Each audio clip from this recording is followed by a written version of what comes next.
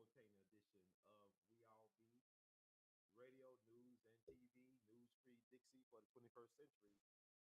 Let me know if you can hear me out there. If you can hear me loud and clear, let me know.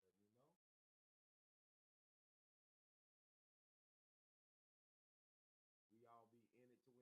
Somebody let me know y'all can hear me out there if you don't mind. Very wonderful time. Happy Mother's Day to all the mothers out there, biological, godmothers, stepmothers, people who take on mother roles. For all of us, we are very appreciative, especially this day, uh, this sunny Sunday down here in Memphis, Tennessee. So I hope y'all can all hear me. Just check out. This is actually the last day of the dreaded Mercury retrograde, which is also known by some people as Mercury Gatorade. So if y'all could comment in the chat and let me know if you can hear me. We have some tech difficulties, but the devil is a liar. The devil is a liar. And we got a special guest on today. Let me try this.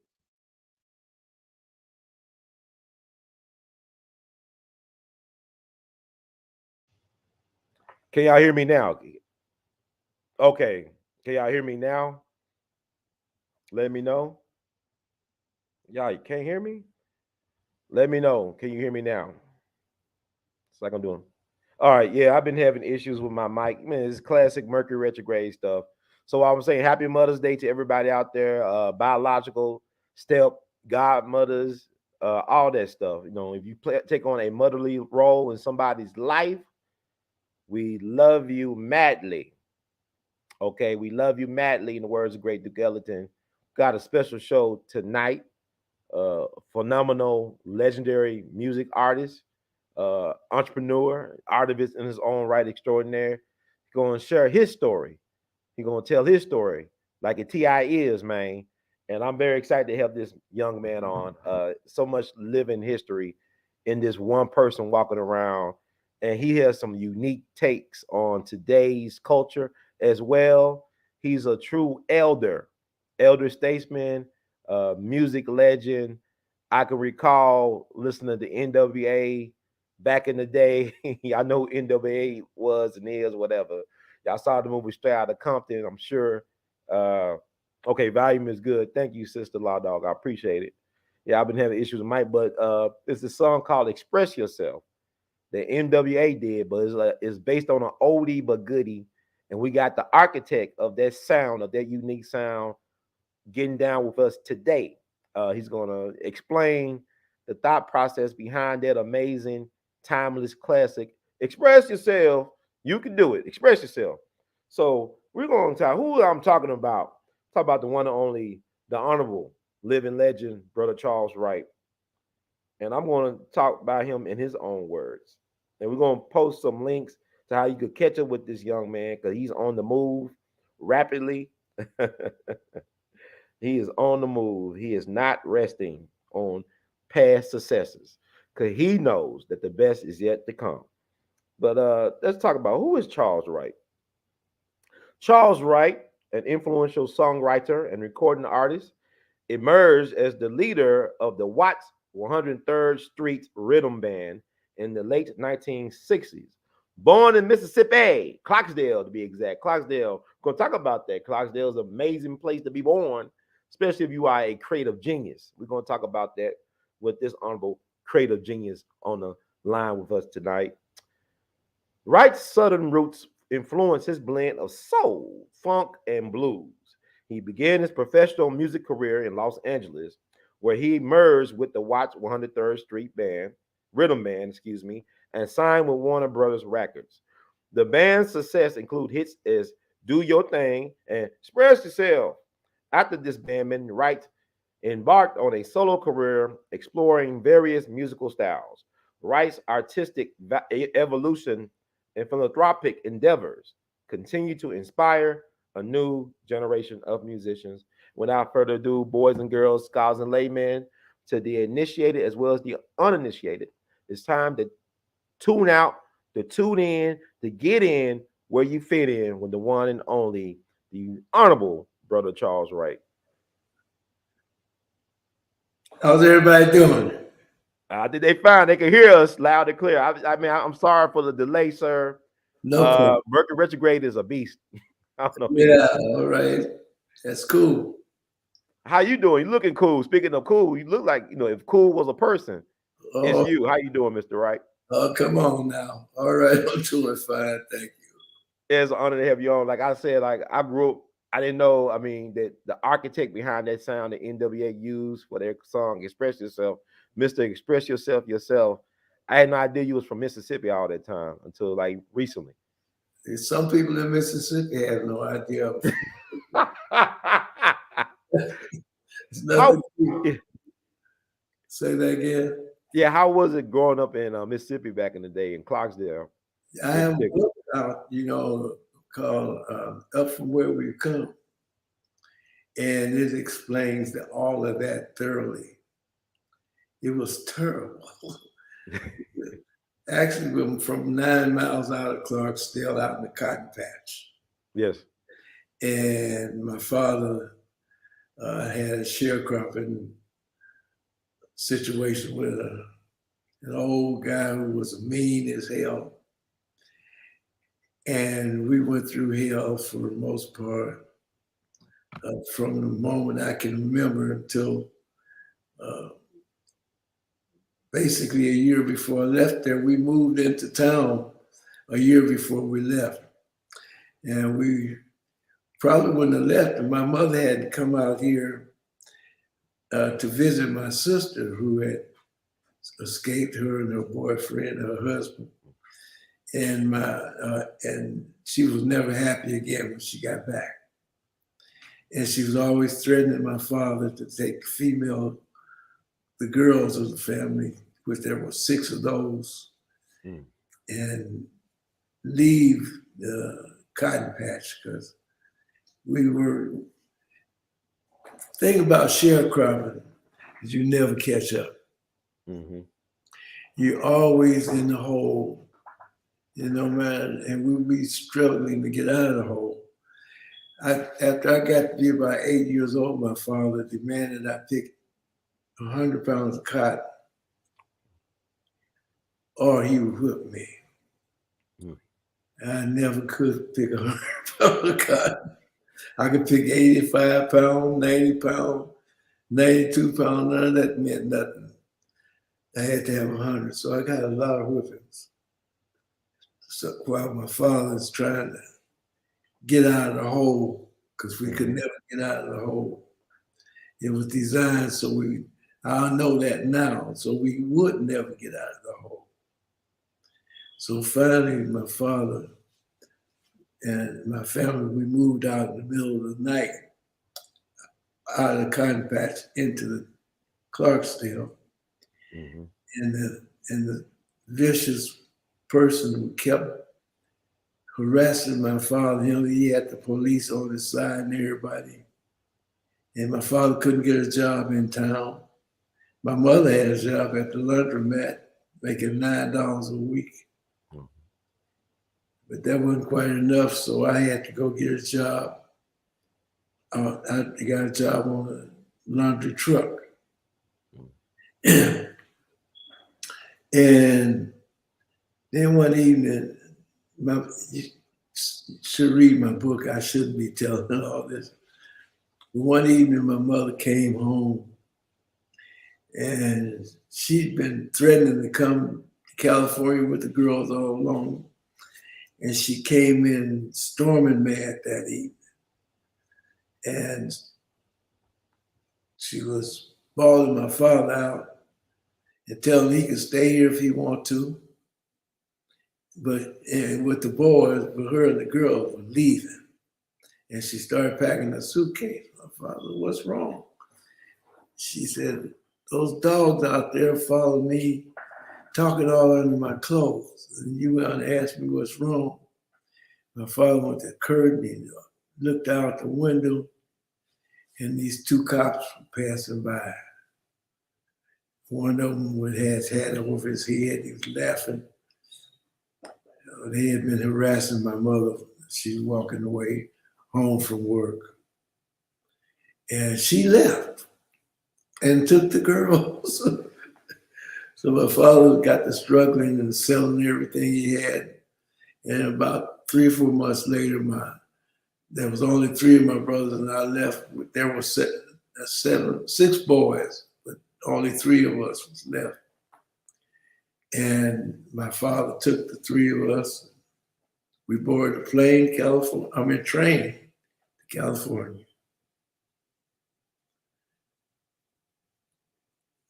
And that's the kind of life we were living.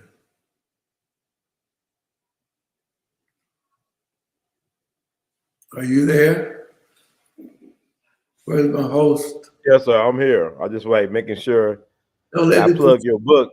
I heard everything you said, but your story is definitely interesting. So when you say that, 'cause I met a guy when Mayor Chokwe Lumumba passed away down in Jackson, I think about 2014. I met a fellow who actually he ran away, like he was an escaped slave, like he ran away from the plantation back in either late 40s or early 50s, the early 1950s or late 40s as a late teen, maybe like 17 or 18. But he had to abandon his siblings who were older than him because they felt so comfortable being on the plantation and being limited in terms of their mobility. But he ended up leaving, escaping, and he said he was basically a runaway slave, and this is the middle of the 20th century. So did you feel like y'all were runaway slaves as well too? We basically ran away too. Yeah, my sister and her husband, they ran away. Mm-hmm. We came to California we followed to California. They had ran away in the middle of the night. And I understand something that happened last week that they're going to give us reparations in California. Oh, really? What's your take on that? If we can prove that we had anything to do with slavery. And sharecropping is right next door to slavery. I'm a witness. I know for sure. Yeah, that's my book. Thank you. Yeah. No problem. I'm gonna put in a link to it about the book. Yeah, because we want to know. I'm glad that you took part in telling your story. Like you're not letting nobody else tell your story. Like you actually are reclaiming your narrative. I think it's very important because you are a primary source, and we need to have this documentation so we can get reparations. So I think a problem with us is like as a people, as Black people, we're so ahistorical. We don't study history. We can't remember that we knew that we knew. And the fact that you're here and that you have shared your testimony through your book is very important for us getting reparations. Like you said, Well, sharecropping was another form of slavery. yeah. And they're trying to make sure right now that this generation don't learn about this, that don't learn what's happening with my book here. They're trying to make sure they're taking these things out of the schools and everything. This book should be in the school. Yes, sir. This book is, as far as I'm concerned, look at how I'm getting 5-star reviews. They got a half a star there one place there, but I'm getting mostly 5-star reviews. And this is history. This is true American history. And it's not designed to hurt anybody. Well, truth don't play no favorites. When you tell the truth doesn't have friends or allies. It is what it is. Like they said, a hit dog hollers for a reason. Yeah. I mean, you telling your truth, man. You sharing it. And I think it's very important that we all do that because even I want to ask you about the Emmett Till situation. Because it's really interesting to me. I'm a public historian, and it's really interesting to me with the Emmett Till situation is that people are mad about this white lady passing, right? This Carolyn Bryant Dunham lady. But here's the thing that people don't get that they got in 1955 that we seem to forget. Emmett Till and his family had 4 days. They could have told his great uncle the first day an incident happened at that store, they would have been in Memphis before nighttime on their way to Chicago. But they never told the great uncle because people blame the great uncle for what happened to Emmett. He tried to save Emmett, but they had 4 days to let him know what happened or whatever took place at that store. You had Black folks, from my understanding, that told Bryant, the husband, about the incident. I think Carolyn was trying to keep away. I don't know. I can't vouch for her, but I'm saying there were Black people involved in kidnapping, torturing, and killing Emmett Till. Dr. T.R.M. Howard, Medgar Evers, they all knew that back in 55. But we seem to forget about how the narrative really happened. But what is your take on the situation with the Emmett Till tragedy? That was only a few miles from where I was born. Mm. And I understand what happened. But they had black people. There was supposed to be a black guy on the back of the truck holding Emmett Till down. Yeah. Yeah. And the rest of the people were afraid to speak up because you could get hung just for speaking up then. Mm-hmm. And for all I know, the lady lied. I read a few books on this. Mm-hmm. And she admit that she lied now. So they killed this kid for nothing.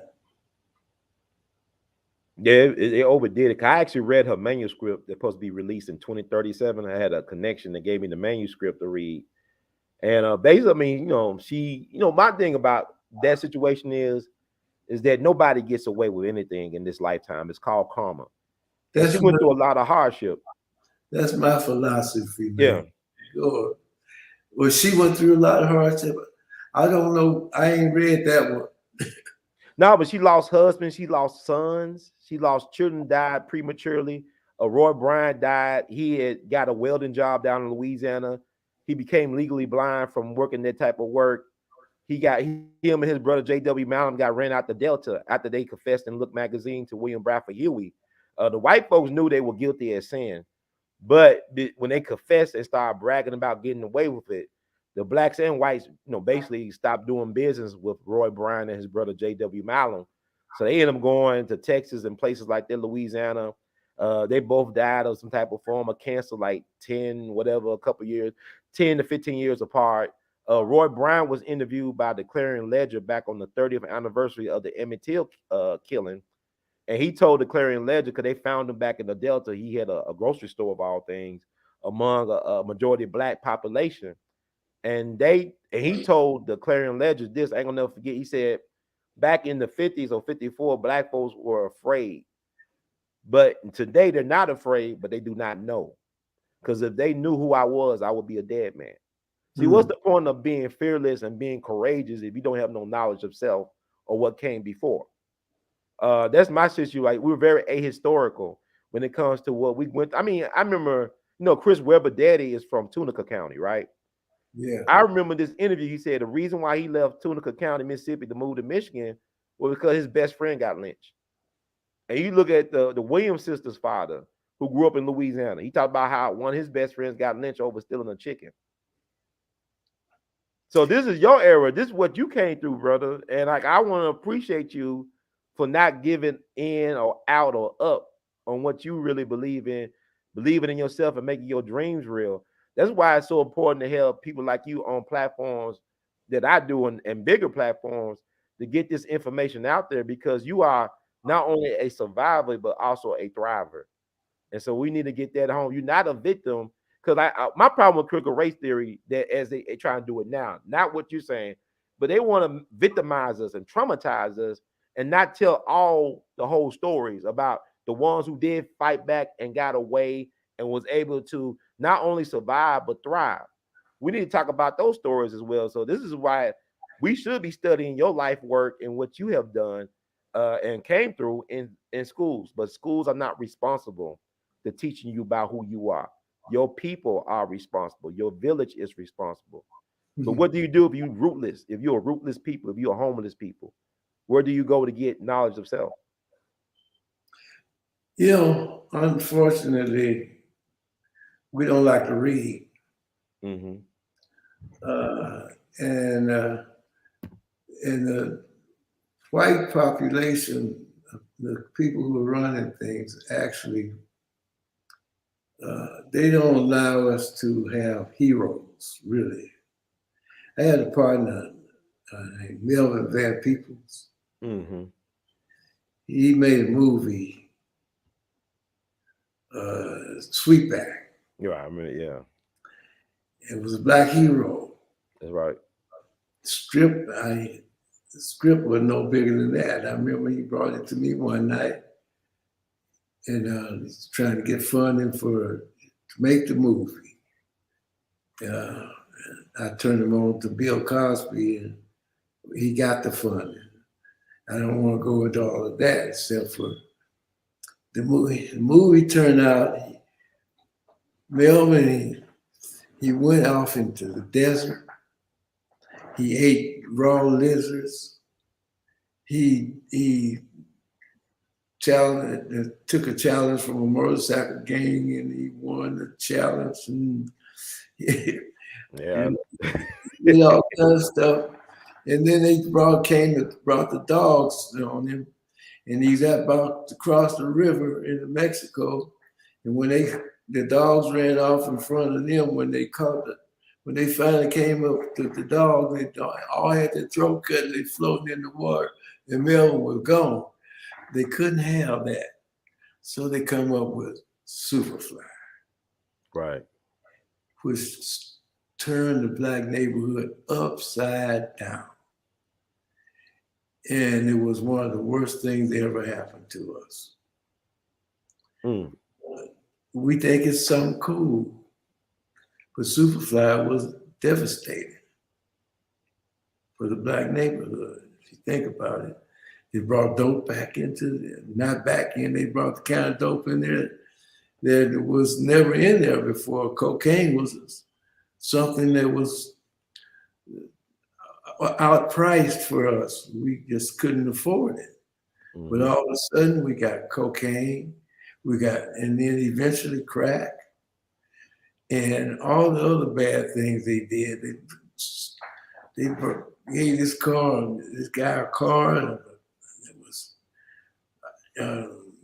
I had never seen a car like it really. It's Cadillac, and it's rabbit furs and stuff, and he dressed them in with purses, and we didn't even wear necklaces before that. Earrings, black men with high heel shoes.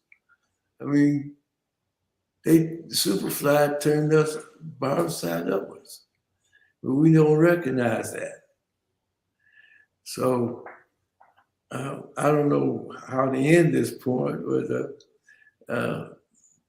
I don't know how we're going to get out of this, because we're not only gone from natural hairdo, we blondes now.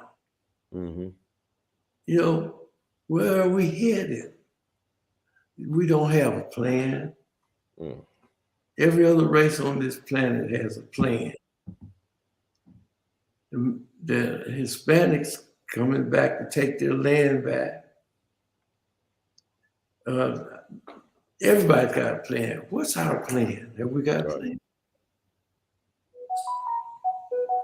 You raised so many great points. I love Sweetback movie, and you're right. It's funny that blaxploitation movies actually saved Hollywood, because Hollywood's about to they're about to go bankrupt and go out of business. But it was the black movies that saved Hollywood back in the 70s. Still slaves. Yeah, still like. But Melvin also, that soundtrack for Sweetback was done by Earth, Wind, and Fire. And Maurice White is from Memphis. I know they say Chicago. Yes, his folks was in Chicago, but he was born and raised here in Memphis with the Booker T. Washington High School, right down the street from me right now. But I want to ask you this, because you was the one that connected him to Dr. Bill Cosby, right, to get the financing. So also, you was the guy who ran the band for Dr. Cosby when he started getting into the music business, correct? I did, yes. So what was your experience like with working with Bill Cosby?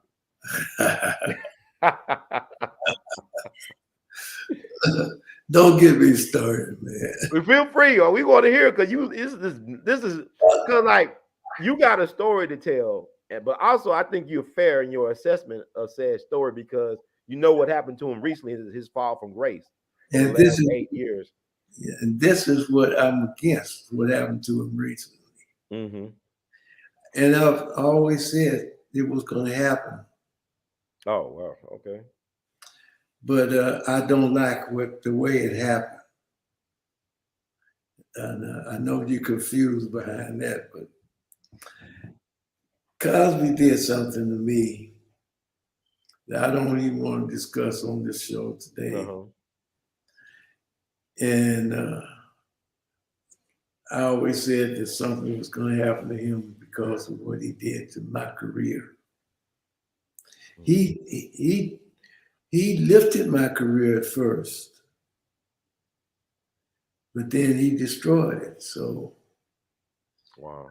yeah, like I said, I don't want to really go into it too deep, because I don't want to bring him down any further than these people have brought him down. He's basically a good man. Everybody got that other side. Right. Right.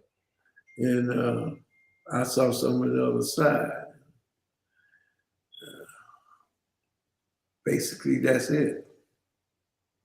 I don't want to be part of it, pushing them down any further than they pushing them down. Because 80-year-old man has no business going to prison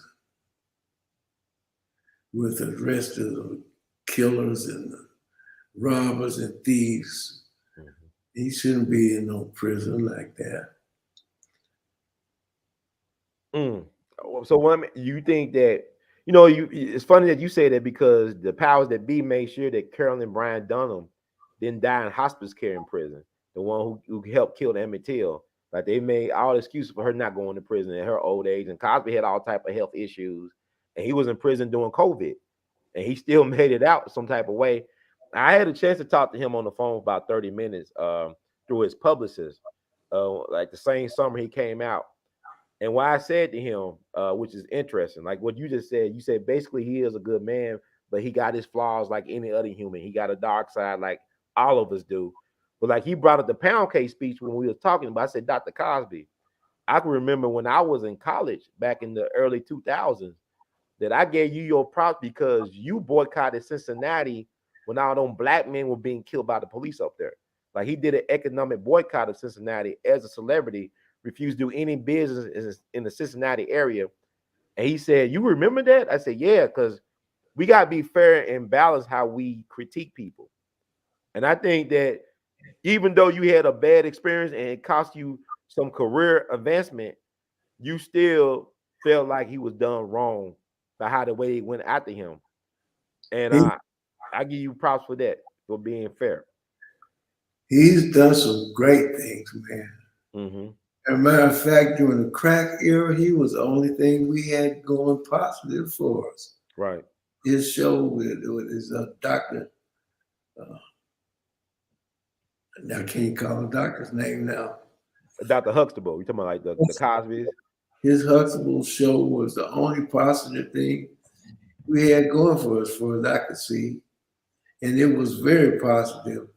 And I seen him go into uh, schools and educate kids on positive on black issues and what is and what isn't supposed to be done and what has been done to us. I've seen him do some great things. So Hmm. um, uh, I, I still feel like I've been cheated, but I I love him still. You know what it reminds me when you talking about it? It reminds me of what they try to do to Monique. What they did do to Monique, the comedian and actress, Yeah, several years ago. How they shut her out and yeah, she spoke her mind. She wasn't quiet about it. And folks said she's gonna get blackballed. She's already been blackballed. You yeah. know that you might well tell your truth. But also when you were talking about Sweetback and the Superfly, did you ever had? I know you had some run-ins with Eric Monty, the guy who wrote Cooley High and created Good Times. Cause he Now, tried to warn us about what they were trying to do to the black image in Hollywood, and people blackballed him. NACP, they took the time to destroy Step and Fetch It, but they wouldn't support Eric Muncie in trying to make sure that the black image would not be corrupted, especially like the black masculinity, black male image. Because you look at the movie Claudine, I used to laugh at that movie when I was young. Now I see it as a tragedy because here you got a man, a proud black man, a manly man hiding in the closet from a little small white woman, social worker, because you can't have a man in the household if you want to get that money from Zaddy, from White Zaddy. But look at what it took the toll on the black family 60 years later. 60 years ago, both said that my grandparents were married with a bunch of kids. Now, what's going on now? It's baby mama thing, it's single mom. I could be a man and a woman. I could be the father and the mother. And look at what's going on with our youth. Look at that. I mean, this is dangerous for me to get involved in here Okay. because I make my money basically off TV commercials. Mm-hmm. But look how many black women they make look so comfortable in the bed or in the car, hooked up with white men nowadays. Mm-hmm. Have you noticed that? I Yeah, I don't know. knows that even in social media, because they always talk about the black man hooking up. But I know even people I went to school with, they got white husbands and stuff, and mixed kids and all that stuff. But it's been programmed. It's programming like that. We're being programmed now to uh, Australia did this. They programmed people to mix until the Aborigines were extinct. Right. Mm-hmm. And I mean, I hate to have to talk about this, but it Go looks ahead. like we're headed in the same direction. And it's all about programming. How are our kids looking at that? And how many black men locked up in prison while this is going on? Mm. You know, how many children have a daddy while this is going on? Mm. Lots of children ain't got no father. Yeah, and I feel like I'm blessed, even though my father used to whip me a lot. I Right. had a mama and a daddy, a mother and a father. Mm-hmm. And it kind of straightened me out for the rest of my life. But if I had only had a mother struggling to feed us, I'd be in big trouble, like everybody else. I mean, like so many other people. Yes, sir. Yeah, I'd be out in the street trying to hustle like everybody else. I'm so thankful that I don't have to do that. That I have a father. I could relate to my father and my mother, Mm. and I can imagine how bad it is because I remember I have a son. Mm-hmm. He and his mother and I didn't get along, and so I wasn't there, and he's 100 miles away. And he, at one point, was so bitter. I think he even hated me for not being there. Mm. And thank God he grew up and he's got his mind together. We love each other. We cool down. But there was a period of life, about 10 years there as a teenager, where he was really bitter at me for not being there. Yes, But I sir. couldn't be with his mother. Mm. I just couldn't be with his mother. You know what? There's a lot of interesting stories about fathers not being able to be with their children because of the issues with the mother. And there's a lot of good men out there. It's funny if you think about it. Some of the best fathers on the planet are black men.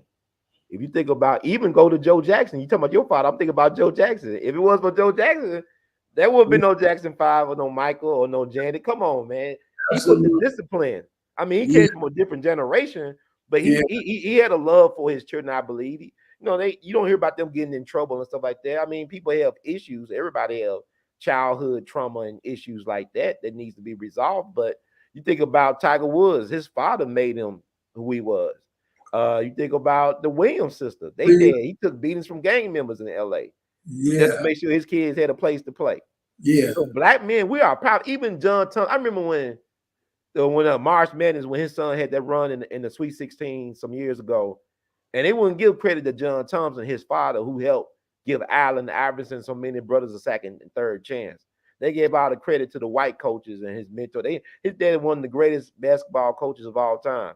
This man looked out for Allen Iverson when people turned their backs. This dude stood up to powerful, ruthless drug dealers in DC. So Stay away from my players. I'm not playing. All That's right. the power and energy of a black man. And they Yeah. and this country will never be right until they do right by the brothers. Like it was this white educator, this white woman in Baltimore said this on a documentary. Until this country do right by black boys and black men, we'll never be what we should be. What do you think they doing getting all these A1 rifles for? Mm. Do you think they want to do us right, or do you think this is something? I mean, everybody's now talking about civil war and all that stuff. Yeah. I mean, where are we headed? I mean, who is responsible? Because I look at CNN, I look at MSNBC, Mm-hmm. and they're all buying into this. Here we go, the Civil War thing. I mean, they could. We shouldn't be listening to people like Marjorie Taylor Greene. Mm. They shouldn't be listening to them. They should just cancel them out instead of. But they keep putting them in the picture, and they're talking about disastrous things.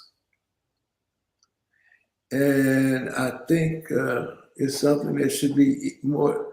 I don't know if ignoring it would be the right thing to do, though. But to me, I feel like we should ignore all this negative stuff that people are trying to drag us into today.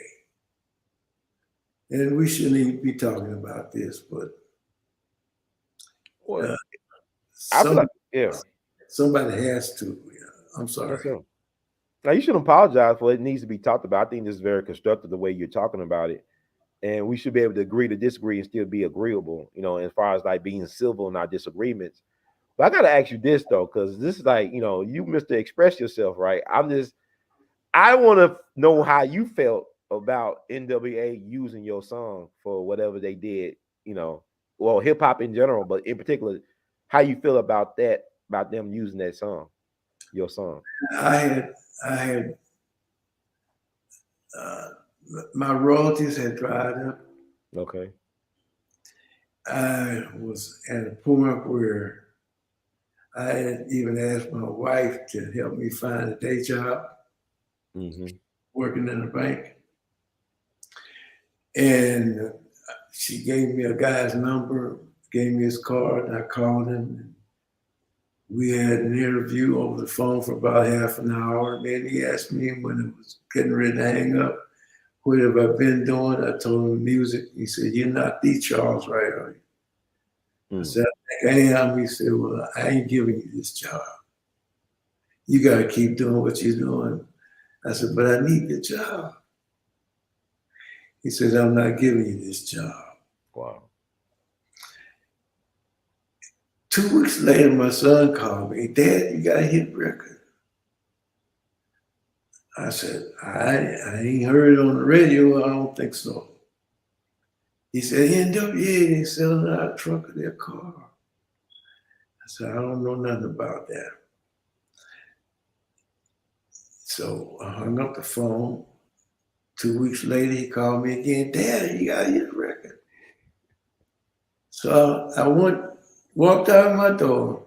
I told this story before. I don't know if people want to hear it again. Oh yeah, definitely. Yeah, educate us. But I walked out of my door, and I'm going to go to the record store and see what this is all about. Mm-hmm. And the little guy living next door, young, with his parents, came by in his car playing "Express Yourself" by NWA. So I went over in his driveway and said, "Man, that's my song." "No, Charles, you old school. This is the newest shit. You don't know nothing about nothing like this." I said, "Man, that's my song." "Charles, you old school, man. This is the newest stuff, man. I know you." I said, "Let me see that tape box." So I sort of took it and looked at it.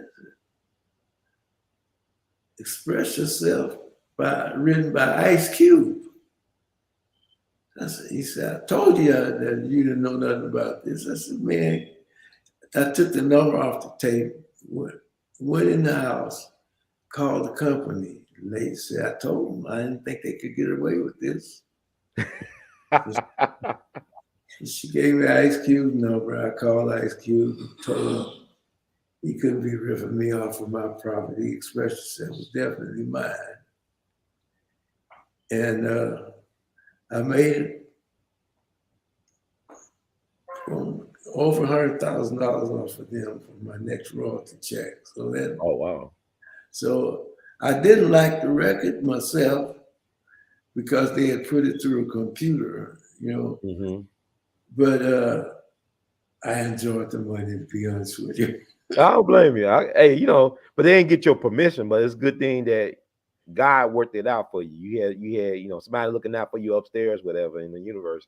God is always in charge, man. So then, within the next month's time or so, Burger King used to express itself for their commercial. Wow. And I had never dreamed anything like that was going to happen. And since then, I got over 100 commercials. Wow. Express yourself. How did you come up with that song? That song is a true classic. It stands the test of time. It transcends time. Like, what was the inspiration behind that? Well, one night we were at Texas University, Texas A.L.L. Okay. And we were doing a concert. And I closed the show with Do Your Thing.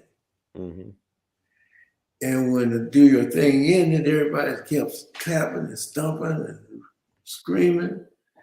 And only God made me say, express yourself. And they were totally out of control. So I said it again. And I tried to write the song right there on the stage, but it just didn't work out. So I went to my room that night, my hotel room, and I wrote the lyrics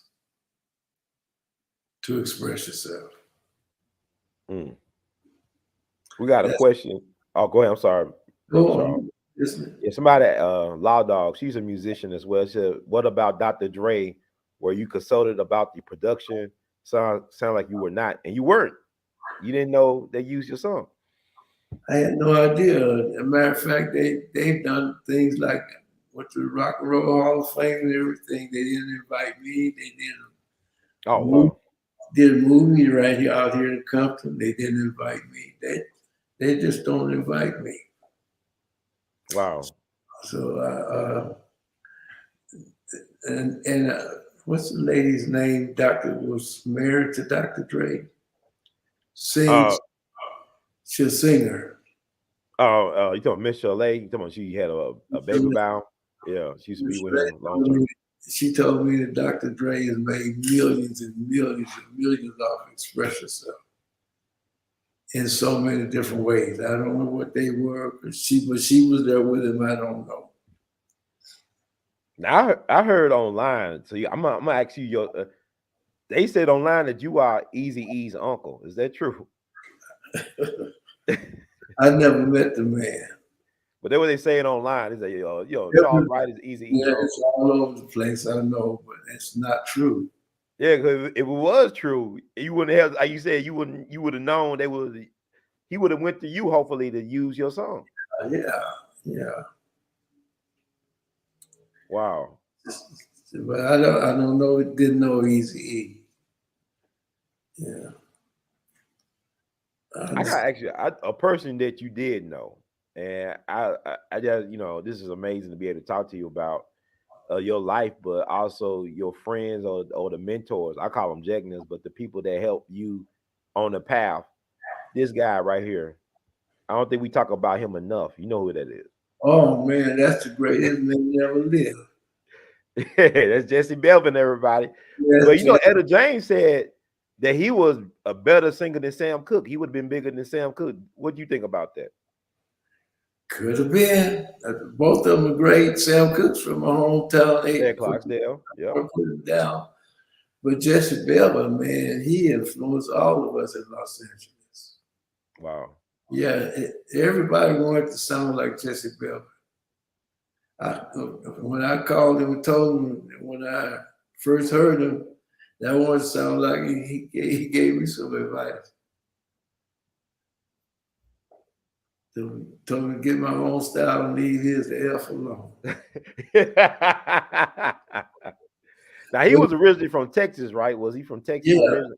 Okay. but he took me under his wing, and he's responsible for what I have done ever since. He had all sorts of alter egos. I mean, there are lots of groups that had records that were hit records, but it was Jesse Belvin. But he was signed to some company, and couldn't do all the songs he wrote and recorded. He couldn't do that while he's under contract to this company. So there are lots of records that supposed to be somebody else is Jesse Belvin was responsible for. I mean, he wrote Earth Angel. I mean, that's one of the songs he wrote, Earth Angel. That's a favorite doo-wop classic. I mean, you started out in doo-wop groups back in the day, but I mean, he wrote so many songs like he don't give credit. It's like it reminds me almost about, I'm a big Johnny Ace fan, who was from Memphis, Johnny Ace. And there's a lot of songs he wrote he don't get credit for. I think Don Roby made sure he put his name on it, but Johnny Ace's name is not on a lot of them songs that he wrote that were hits too as well. But Jesse Belvin, I heard he was hired allegedly by RCA to work with Elvis. Is that true? To help He Elvis? hired to help Elvis. I don't know nothing about that. They put all this on the internet, like you Easy E Uncle, and then he worked. He was hired to help Elvis with his music. He, But he go would ahead, have sorry. he would have never helped Elvis. I know Jesse would have never helped Elvis. That's not true. Okay, but Yeah. but why actually this? Like, he died tragically young at 27 with his wife and some type of. 32. 32. Oh, he was 32. Him and Joanne, yeah. Why they got? Okay, I saw some things in 20. Okay, 32. Okay, so it said people think it was foul play. The car. Oh yeah. There was an auditorium in Little Rock where we Mhm. just played that had this fence down the middle, white folks on one side, black folks on the other. And then white kids showed up late that night, I understand, from what I understand. And they demanded another show. Well, it was Jackie Wilson was the star of the show, and it was his band, and he wouldn't allow his band to do another show. Therefore, Jesse couldn't do another show. And the kids went out and cut their tires with razor blades, and you couldn't detect the cuts. So this is what I heard. His car he wasn't driving. His car met another car at 80 miles an hour each. Mm.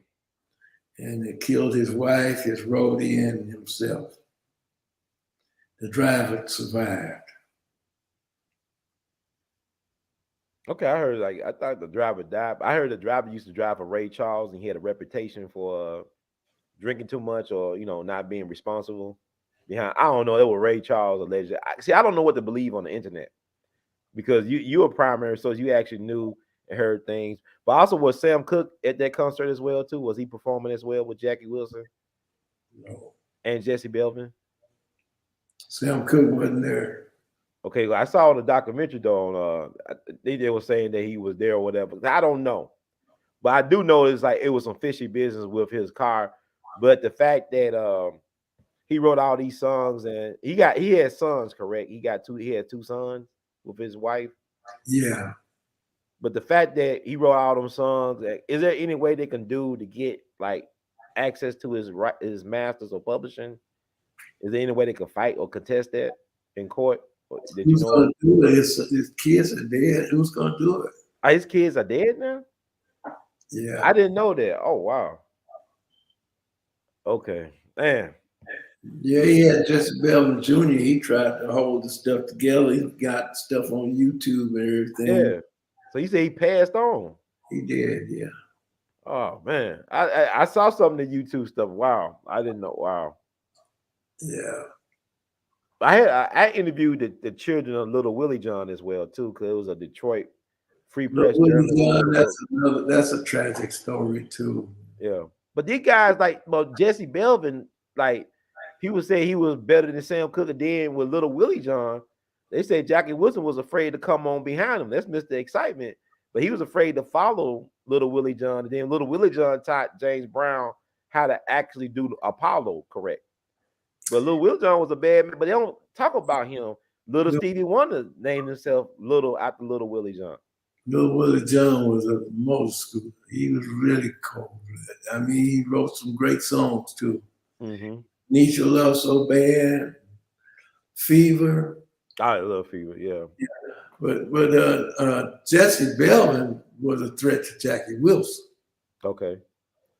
Before this particular situation, Jesse and Jackie were at the Apollo Theater together. Okay. And what song was it? Danny Boy or something like that, I think. And Jackie loved Danny Boy, man. He had great rendition, Danny Boy. Well, he wasn't doing it on the show. Mm-hmm. Was it Danny Boy? And Jesse did it. Oh, okay. And Jackie told Jesse between sets, don't do that song no more. Jesse said his usual F you.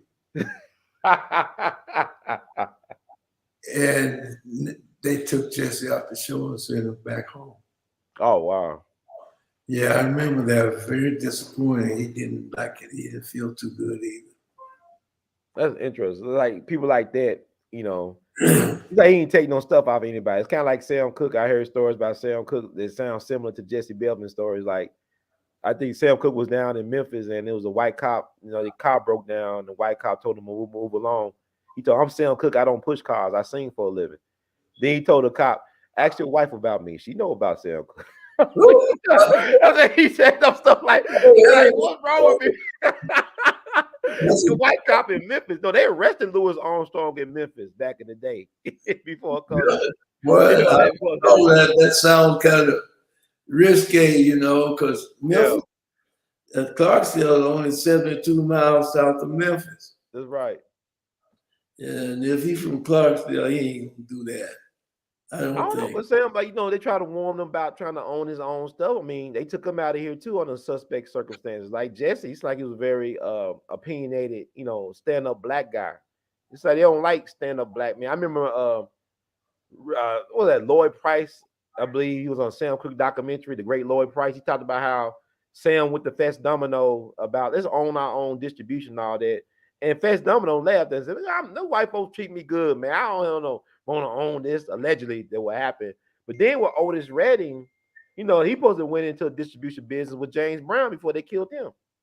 And I say they killed him because they never proved how that plane went down. I always believe Otis was killed. Yeah. I personally thought one of them redneck guys back there at the airport in Atlanta might have tampered with his plane just on GP. I might be wrong, but I always had that feeling he was one of my heroes.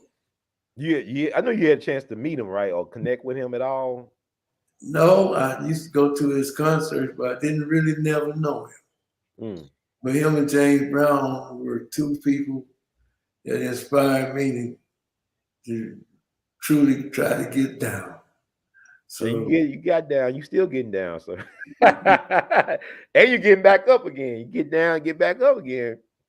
But I heard that with Otis Redding that he had like a suitcase of like $10,000 on him when he died, and the person that searched and rescued his body, whether they retrieved his remains, they turned it in to the authorities, but it went missing. You think about a cop back in that time made $5,000 a year annually in that area. So he made $10,000 a couple of nights. You know what I'm saying? Otis was about his business, man. But I knew people that work at Stacks back in the day. They said one guy I respected said he was stupid, not because he was stupid, but because he let them white folks know every move he was making. Like he would broadcast to everybody, this is the next move, this is da da da. The same thing with Sam Cooke, but But you know, you look at Michael Jackson and Prince. You've been in this business, and somebody told me nobody dies a natural death in show business. Whew, you scared me? I know you got stories, Mr. Wright. I know you got. It's probably in your book, your book coming out, right? Your Yeah. autobiography. Oh yeah, my book, my next book, Express Yourself, is going. It's going to be some kind of a book. It need to be a movie as well. Because who would you want to play you in a biopic of yours? I don't know. I don't know. I'd like to play myself. Okay, it's your movie. It's your movie. Who could tell your story better than you? Yeah, no, but no, I have to have a kid and a teenager and person starting the show business. I have to have 3 or 4 guys play my story. Yeah, well, I'm gonna ask you this: like the Watts 103rd Street Rhythm Band. How you hook up with that organ? How did that come about? Well, Bill Cosby decided he wanted to sing, and so Warner Brothers agreed that he could do it, and so I was a studio musician at the time, and I was playing with this band when one day here he comes in the studio with another guy, Fred Smith, who's Warner Brothers designated to produce whatever Cosby did, and he was looking for a band to play behind him on his first singing effort. The first record we made was A Little Old Man. To track actually Stevie Wonder's Uptight Me. Yeah. We recreated that track for him. And then we started, the guy that brought him in there, Fred Smith, he created the name for the band. And so that was Bill Cosby's band. But not the band. The band in the studio played on the record. Okay. When he got do live music, my band was backing him up. For a while, it's complicated. They had my band plus the studio band. I had to direct about 23 musicians on the stage. Wow. For his first few concerts, until one night came in there and he met some English guy my guitar player, A.L.L, and myself, we were both left-handed. Oh, so, yeah, Al McKay in your band. Wow, okay. Yeah. And so I taught him everything, you know. All right. Not everything, but practically. And so was the bass player and the drummer. My whole rhythm section was left-handed. I'm left-handed too. That's awesome. Oh. Crosby met some guy on the airplane. This white guy who told him he was a left-handed guitar player. And so he come in and just throw the guy in my band. Wow. That night. What a horrible situation. That guy was loud. He didn't know how to tune his instrument. He was louder than the whole band. Wow. When we first struck off, and I had to stop it in the middle of the first song. And at that point, we got into a discussion that was not very good. And after that, no longer did they have the studio musicians anymore. It was just Cosby and my band. And the Watts 103rd Street Rhythm Band. That's how we got started and how we finished. I didn't know Dr. Cosby had that type of influence like the Watts. 103rd Street Rhythm Band, then the Sweetback movie. I mean, you connected there with Melvin Peoples and I could tell you some other stories with Sweetback, what happened with Sweetback, man, but I don't really want to go into it with I Sweet. understand. Did Mario Van Peebles movie do it justice? The docudrama based on the making of the movie, did it do it any justice? I don't know if I saw that.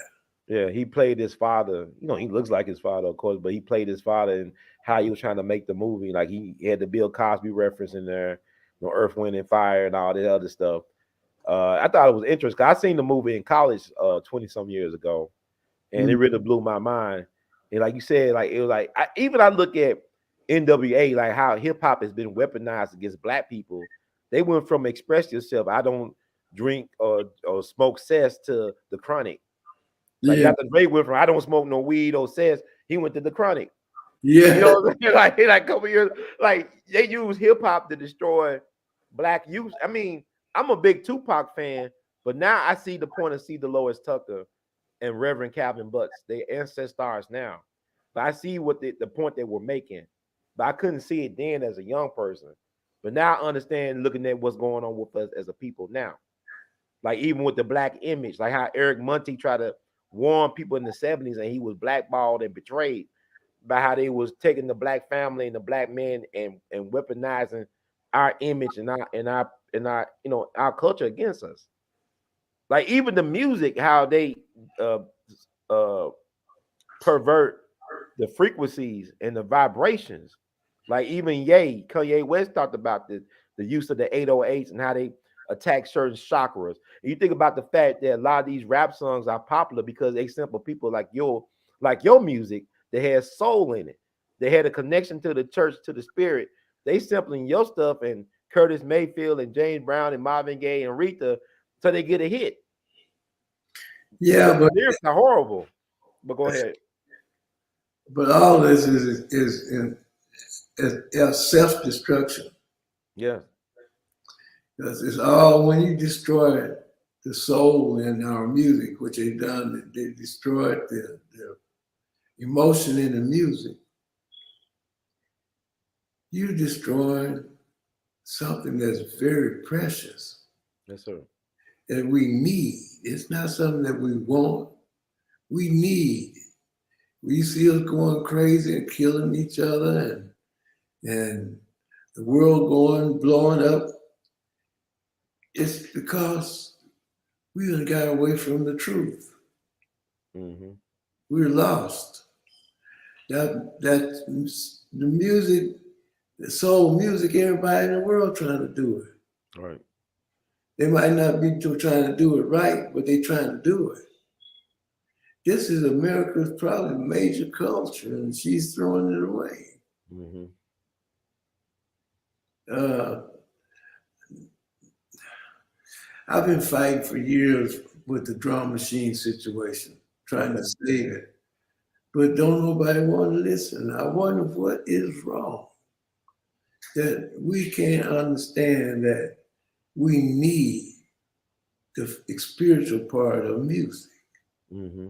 That's what music is about, spirituality. But we're losing it. And I can't get nobody to help me save it. I went and done a blues record now, a Oh, Stone, Mississippi blues record. yeah, definitely. You heard it? I love your hand. Remind me of some electrified Delta Blues. You remember Muddy Waters and Howlin' Wolf. Yeah. All you definitely rooted, man. Like I love. I played the thing several times before I got on the show tonight. I was blasting it down the street off of YouTube. Matter of fact, I would tell people about your YouTube channel. Like it was a yes, sir. You still got it, man. You never lost it. Well, you either got it or you don't. Yeah. And lots of us have it, but we selling it out with sitting there with a computer and Oh a man. metronome. They're saying timing is perfect. Time is not perfect in the heart. The heart beats fluctuates, but when you got a perfect straight line of music, it takes the spirituality away from it. Yes, sir. I You don't know got if some I'm good stuff this. on there, man. Huh? Got some good stuff on your YouTube channel that people need to check out. And Yeah, I got a lot of music out there that people ain't heard yet. Yeah. and also your point of views are interesting as well too. I mean, you actually did work. You actually helped Little Richard, correct? D Little Richard. You was close to him. I knew Richard. Uh, uh, I have a half-hour interview with him on YouTube. I think it's on YouTube Okay. that I interviewed him, uh, and it was very, very interesting and very, very upbeat. And it was really a happy interview. That's cool, man. Little Richard, you know, when I was younger, see, this is like it's funny how with time things get a little bit more clear. Hindsight is 2020. I think Little Richie, he full of crap. He always bragging about, I'm the architect, I invented it. Woo! And then the truth come out. Everybody had to go through the house of Richard. Everybody was impacted by Little Richard. I mean, all the white rockers, Bob Dylan, the Beatles, Otis Redding, Jimi Hendrix, everybody had to come through the house of Richard. Yeah, he's first one screamed it out, but Yeah, he didn't invent the stuff. of course. Yeah, been around longer than that. Actually, the guy who I give credit for is Louis Jordan. Oh, the Jump Blues, the great Louis Jordan. Yes. But Richard, he took it to another level. And he was really good at what he did.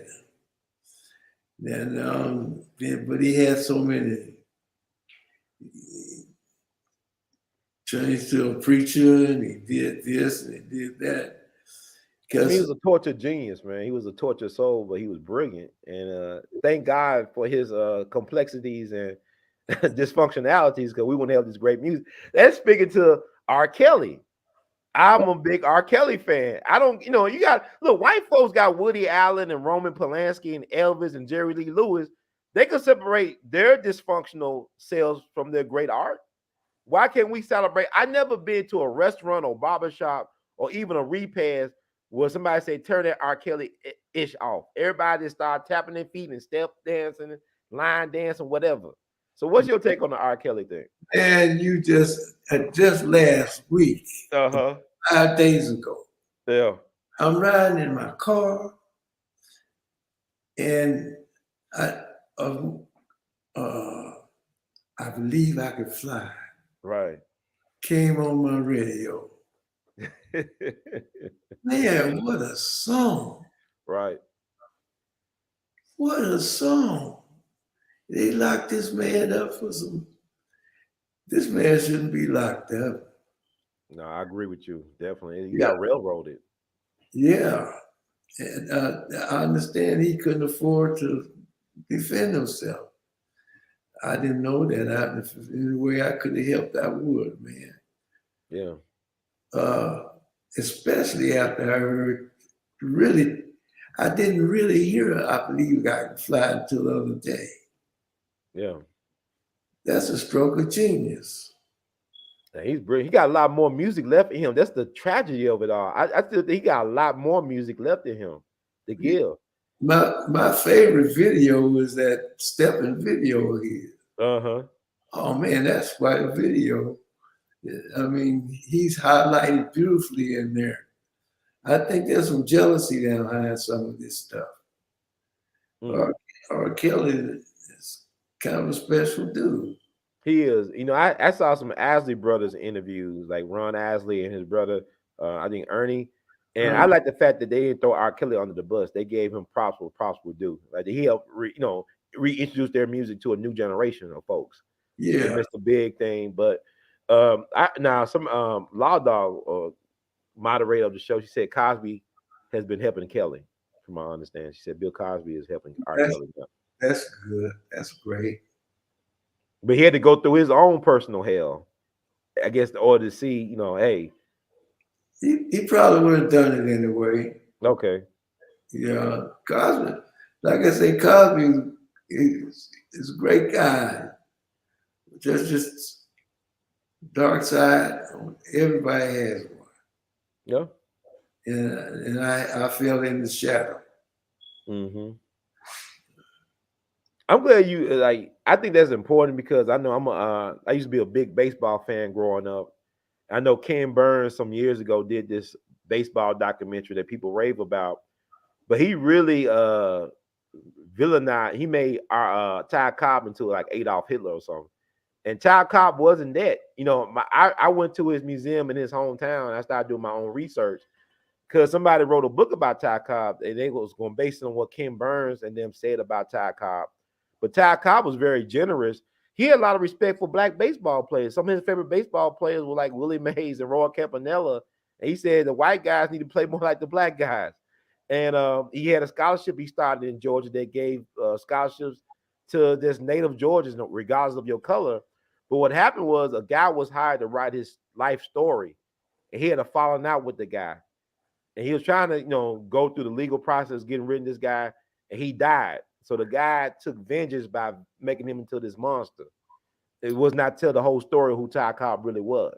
Oh, after So, he's dead. huh? After he's dead. Yeah, after he's dead. It's like Edgar Allan Poe. They had his enemy control his narrative over his estate. So I mean, I don't know, man. It's a weird thing, but the fact that even though you had your experience with Dr. Cosby, yeah, you still say he didn't deserve what he did. He had his flaws and shortcomings. He did some good, but he's a human being having a human experience, right? It's like the same thing with R. Kelly.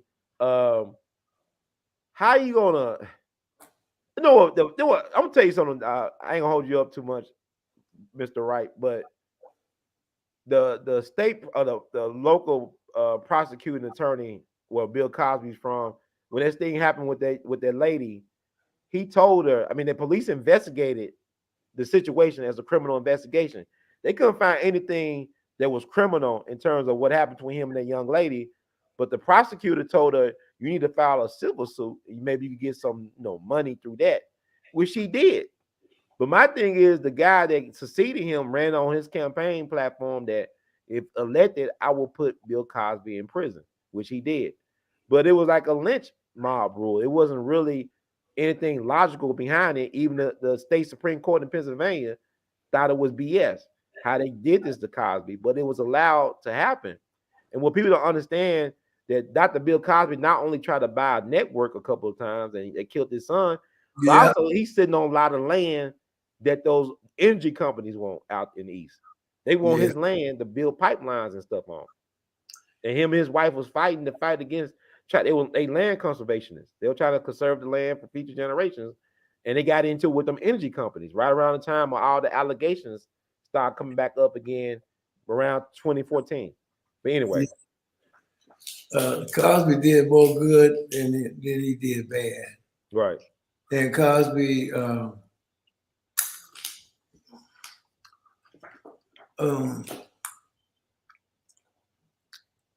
don't even want to elaborate on Cosby anymore. Yes, sir. I understand. Yeah. He did more good than he did bad. Mm. When the last time you been back home, Mississippi? 2.5 years ago. How many years ago? 2.5. Okay. All right. Your people still down there, or they moved on? No, they're not there. I just went back there to relive my childhood. Yeah. Yeah, Clarksdale's interesting. But what are they doing down there to produce people like you and Sam Cooke and Nate Dogg and Ike Turner and Rick Ross? Was something in the water down there? What was going on down in Clarksdale? Muddy Waters, everybody. Yeah, John Lee Hooker, everybody come Yeah. through. What is down there, man? I think it's the way people treated us gave us a new insight that very few people have. Also, I've heard from some mature musicians that the blues is a concoction that came about with the black marrying the Indians. Okay. I don't know, but that specific place is where all this stuff started. Mm-hmm. But if you go back there and you look, you see how they appreciate us for what we've done, given them. The houses are leaning to the side, people are on dope, Mm. uh, no productivity. Everybody, I guess, on welfare or whatever. It's a sad case. I know I went down to Clarksdale for the Juke Joint Festival last year around my birthday weekend. And I'll tell you this about Clarksdale, I noticed it has a unique rhythm to it. Like everything is really musical. Every sound I hear, the people, way they people walk and how they move. And I mean, it's a stereotype, but Clarksdale is a very rhythmic place, unusually rhythmic. I'm from Memphis, but I'm saying it's something about Clarksdale because I Yeah, saw Kingfish. I think Kingfish is from Clarksdale, the young brother, guitar virtuoso and singer. I yeah. believe he's from Clarksdale. He's a great brother. He's improved a lot since the last time I saw him in Memphis That the several fat, years ago. Huh? is that the fat guy? Yeah, big guy, but he could play, man. That guy can He go. can play.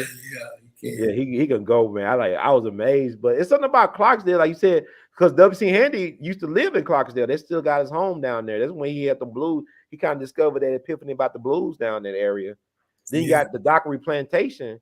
You know, you had like Howlin' Wolf and Charlie Patton and Willie Brown, all them guys, and Robert Johnson, all them guys in the dang plantation at one point, all at the same time, which is amazing to me.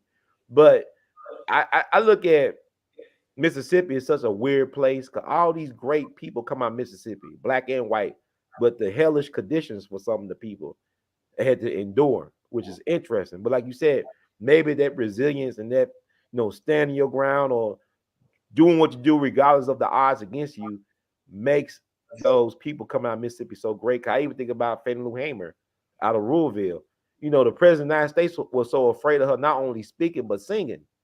Lyndon Johnson was afraid of her singing. yeah. And she could sing.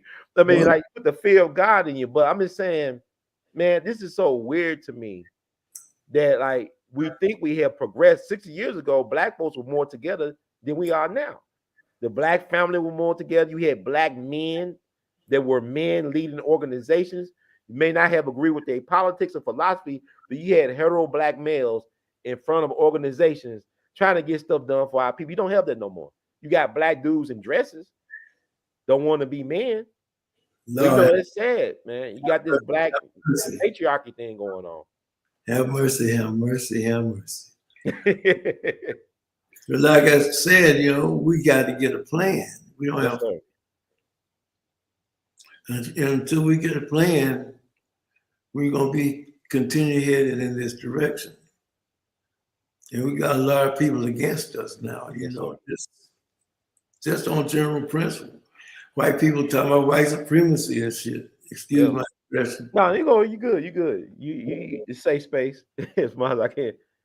Yeah, I Somebody want mean, to ask you a question, brother Charles. Said, have you ever played in the Deep Elm back in the day in Dallas? Are you familiar with that place? The Deep Elm. no. Okay. If I did, it was a fake. Okay. But I just got another question. They said, this is Loud Dog. She's a bass guitar player. She's a pretty good bass guitar player. I hope Charles Wright will play that axe behind him tonight. It's We got just, some fans everywhere. it's a prop, man. It's a problem. I'm gonna ask you this, because you a big Jesse Belvin fan. Is he the greatest singer you ever heard? Who is the greatest singer you ever heard in your life? you know, he's a great singer. Yeah. I mean, but last night I went and saw him play. Mm-hmm. Ain't misbehaving. Yeah. There's 5 or 6. There were 6 of them, 5 of them. Great singers. Great singers. I was so impressed to hear these people, because I didn't know anything about the play before I went and saw it. I've heard some, like I say, in church, I've heard some great singers. Mm-hmm. I can't think no one person is the greatest singer of all of them. Yes. Everybody got their own style. Mm-hmm. Some people have superior style. Jesse Belvin is one of them people. He had a superior style. So did Sam Cooke. Right. And quite a few other people. Muddy Waters, I mean, for that I'm concerned, who used to live across the street from my grandmother. Oh wow. Uh, people, I can't sing. I got style. I mean, well, you said Otis Redding got a style instead of singing. Like, was he more of a stylist than a singer? Otis Redding. Old Red had a hell of a style. He had a hell of a I style. love Otis Redding, man. And So Al this Green, I love Al Green. Something about Al Green is got just a hell of a supreme. style. Yeah, but It's I can't, stuff that people never heard of, Charles, and his catalog is so amazing to me. Even the early stuff with Willie Mitchell, the high rhythm, how they was going behind him, like he yeah. did that. I want to hold your hand, Beatles. Why do people do Beatles songs better than the Beatles, man? Like Wilson Pickett, Al Green, they all do Beatles songs better than them. To me, Well, I that's just got. my opinion, though. I can't elaborate on that, but I know some stuff about that. I can't even elaborate on. Now, somebody made Uncut Cover got some great questions, like, and I guess reference to R. Kelly, but you speak on this for a lot of different things. Like, I guess R. Kelly, they trying to break his catalog massive. He wrote for plenty of people like Prince. Like, he wrote for a lot, like Michael Jackson, a lot of people. So you think this is all about getting his catalog, his intellectual property, R. Kelly? Could be. I don't know. I didn't know he wrote this for all those people before. Yeah, he wrote for, I know he wrote A Man in the Mirror, I think, for Michael Jackson. But R. Kelly was such a, it's a brilliant, just a brilliant guy. He's up there with them guys. I mean, I put him up there with Mayfield and Cook and Gay and guys like that. In terms of his writing ability and singing ability and stuff. That's, You think R&B is dead right now because the drum machine and other things like that? You think R&B is dead or soul music is dead right now? they tried to kill it with disco. They tried to kill it with all kinds of things, and they finally think they finally got it. And right now, I mean, where there's just a peak in the dark. You know, it's gone almost. The feeling in the music is what's the most important thing, Yes, sir. and the emotion. But you can't. That drum machine kills the emotion. It's just too strict. And hey, I mean, you I'm know hoping. what? You said a drum machine. I was thinking about all the great jazz drummers like the Max Roaches and Tony Williams and Yeah, Art Blakey. Art Blakey, man, that man was a general, man, to me. Elvin Jones, and you bringing things like Thunder Behind Coltrane. You can't get that on a machine. Not yet. They working on it. The artificial intelligence, they are working on it though. Cause they'll talk back to you that's sassy now. scary. The artificial Siri That's talk scary. back to you sassy I now. don't. I'm sorry. Artificial intelligence ain't gonna be able to touch this. But you think should we be afraid though of how like I'm pervasive afraid it of. is? I'm afraid of the very idea Yeah. because it's gonna get in the wrong hands. And you know what I'm talking about. I know you talk about it. It's already there to me though. This is another story. It's like Terminator time right now. It's Skynet, whatever they call it on Terminator. I think because you think about it, you got Tesla, they got cars that could drive themselves. What make you think they're going to program those cars to kill you or to take you for a ride you'll never return from? You scared me, man. I got a Tesla out there. I don't mean to scare you, but I was just think about Elon Musk even afraid. Like, he don't want to take the Tesla. Yeah. But you be seeing no movies though, right? Because like it was a movie. Right, I'm gonna tell you this. I ain't gonna hold you up, Mr. Wright. I really enjoyed this. I want to have you back on because you got an interesting, unique perspective on things. You got great music that you're making now. But like it was a thing called the Lone Gunmen. This was a spin-off show from the X Files back in the early 2000s. They did a show March 2001. The first show was about somebody hijacking a computer system to a airliner and flying the plane to the World Trade Center. That came out in March of 2001. What happened that year? 9/11. Same premise. So they program called predictive programming, where like the Simpsons could predict Trump gonna be president, or even like a couple years ago, they had a cartoon on Comedy Central that predicted that Kobe Bryant would die in a helicopter crash. They played it, and then they try to take it down, but people keep on reposting it, and it shows Kobe Bryant dying in the helicopter crash. This is a cartoon. No kid. Oh yes, sir. You can look it up. 'Cause I remember I couldn't believe Kobe died, but but they showed it. They said the cartoon predicted this a couple years ago on No, Comedy Central. That's how no, you gonna go out. no kidding. Yep. But then you think about it's a project called Operation Mockingbird. Mockingbird, where the U.S. intelligence control the media apparatus. They've been doing that for years. They've controlled the Washington Post and New York Times. 60 Minutes. Their top consultants are CIA people. So they Mm, control the narrative, the propaganda, the story. So people got to understand that we are living in a true matrix of sorts. But the thing about it is, the artist is some of the freest people on the planet. They used to be, and first thing that Stalin did with his purges was get rid of the artists, the people mm. that force people to provoke thought and think about things. To Oh, to be able to inspire people to think about things, you're a dangerous person. It's like you said, express yourself. That's dangerous to say I in a better shut up. totalitarian system. I better shut up. No, don't shut up. No, you look good, man. You like black don't crack unless it's smoking crack. Even then, it might not crack. You know what I'm saying? But you look good. You don't even look like you in your 80s, man. So you must be able to go to sleep good at night. Yo, you must have peace of mind. I was sleeping good till you told me my Tesla gonna kill me. No, no, sir. We want you to live long and prosper. Let me ask you, what is the key to living like you? I mean, you in a good place, like you taking care of yourself, looking good. What is the key to living prosperous and long, in your opinion? Uh, I believe in God. Mm-hmm. I'm not a religious person though. I believe that God give us the ability to take care of ourselves, Yes, and sir. I believe we should try to eat right and treat other people Yes, sir.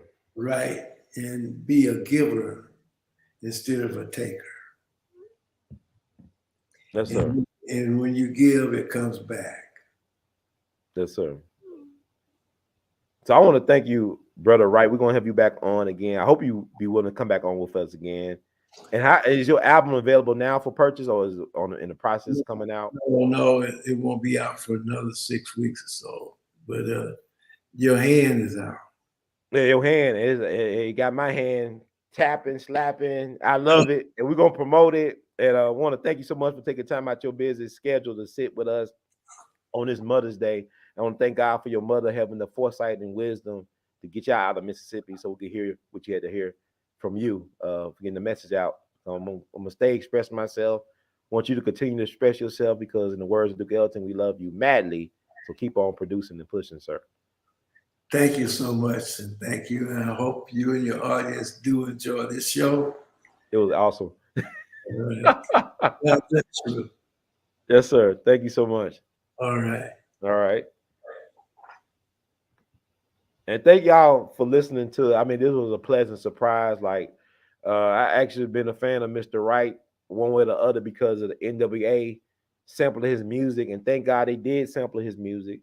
And I want y'all to be encouraged and stay encouraged because Mr. Wright, he went through hardships, but people gotta understand it's not what you go through, it's how you respond to what you go through that makes the difference in your story. Like, hard times and adversity doesn't develop character, it reveals who you really are to yourself. So you got to understand that, stand on who you are and whose you are, know who you are.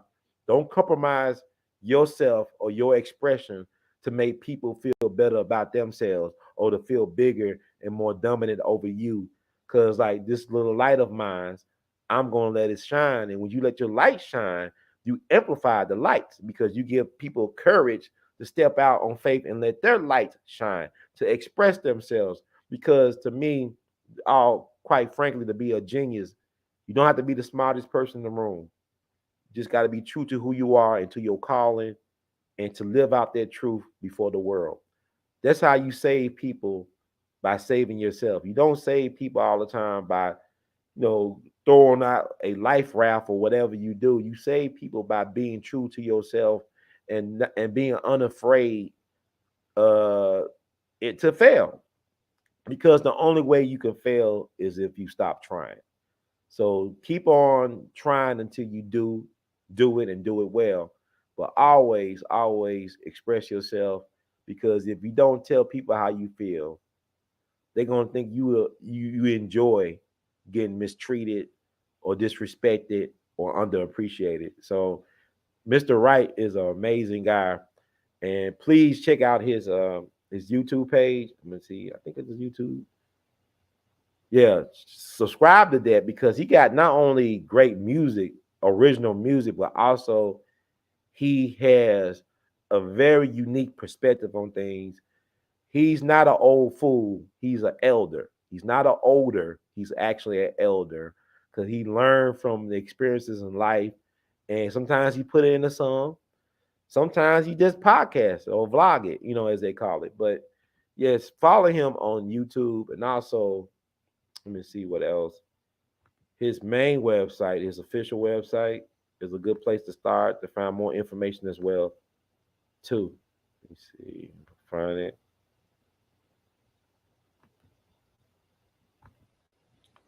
Go to it like expressyourself.net. That's his official website. And I hope we can have Mr. Charles, Brother Charles, on here again soon. So want to thank him for his time, for his treasure in terms of his information. Let's see. There's Mercury retrograde. Okay. Let me see something.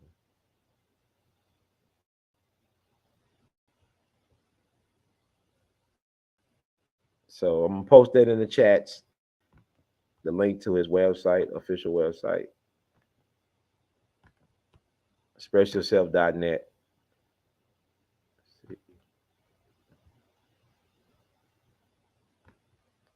Thank you, Law Dog, and other people for staying around.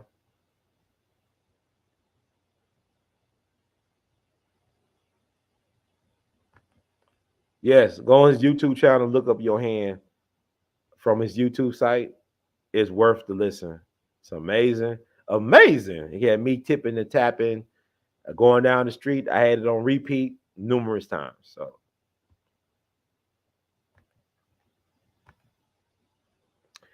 and that does it for this edition. Oh, okay. Thank you, Uncut Convos. That really means a lot, man.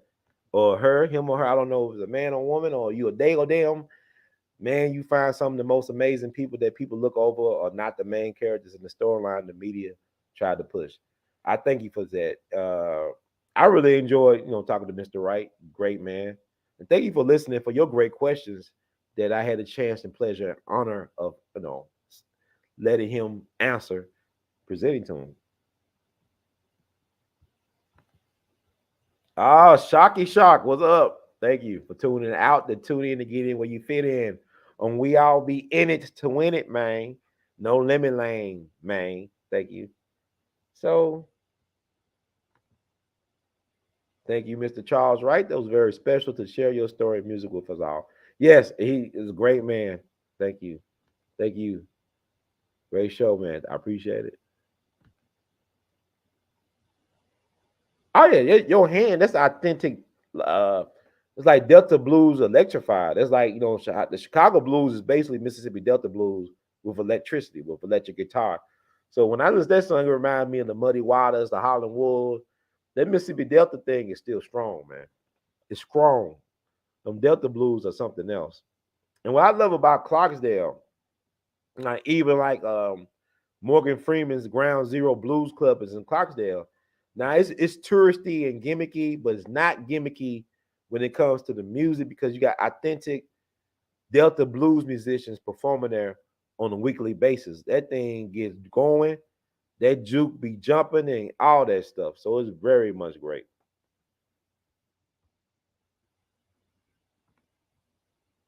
So thank you all. So let me see. Yeah, Your Hand is amazing. It's a hit, man. That song Your Hands is a hit, most definitely.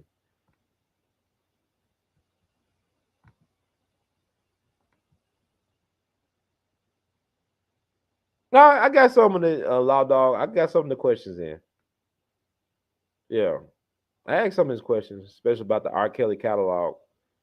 Thank you. Oh, he or she or whatever uncut. Thank you so much for tuning out. To tune in again where you fit in.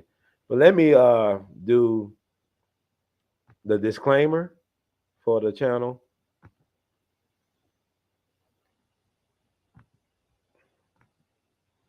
Also, support the channel. You can cash app your supporter codes, cash app $ R2C2H2. Google Pay, PayPal, and Zelle your support, R2C2H2 at gmail.com. You can Vimo your support at R2C2H2. Apple Cash 901-299-4355. Or join the Patreon at patreon.com/we all be. Also buy Art of His Art, R2C2H2.com. You can wear Art of His Art. I got my Ida B. Wells shirt. It's Happy Mother's Day. Happy Revolutionary Mother's Day. Got my Ida B. Wells shirt from Holly Springs, Mississippi. So anyway, let me read the disclaimer and we'll be out of here. Can you dig it? Oh, man. Okay, disclaimer. The views expressed by hosts and guests on the We All Be TV platform are not the official views, opinions, beliefs, or perspectives of We All Be News or the We All Be Group Incorporated.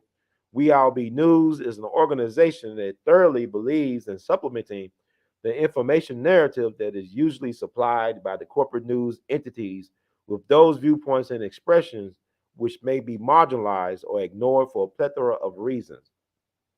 We are about informing the general public on alternative perspectives as it relates to news and information and letting the general public be the ultimate judge and decide on how to use said information. Informed citizens are responsible citizens. Thank you for your support. Thank you all once again for tuning out, to tune in, to get in where you fit in. Because in the words of legendary Dr. Michael King Jr., not Martin Luther King Jr., but he was known as Michael. This was his actual name at first. Human salvation lies in the hands of the creatively maladjusted. Human salvation lies in the hands of the creatively maladjusted. Human salvation lies in the hands of the creatively maladjusted. Do my best, Dr. Umar Johnson impersonation. We love you madly, in the words of Duke Ellington, and y'all keep on producing and pushing.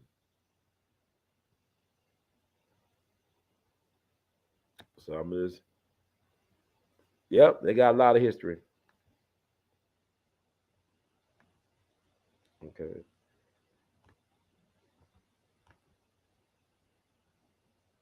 Happy Mother's Day to Dr. Mom and all the familiar matriarchs, blood, and community. Thank you, Sister Law Dog.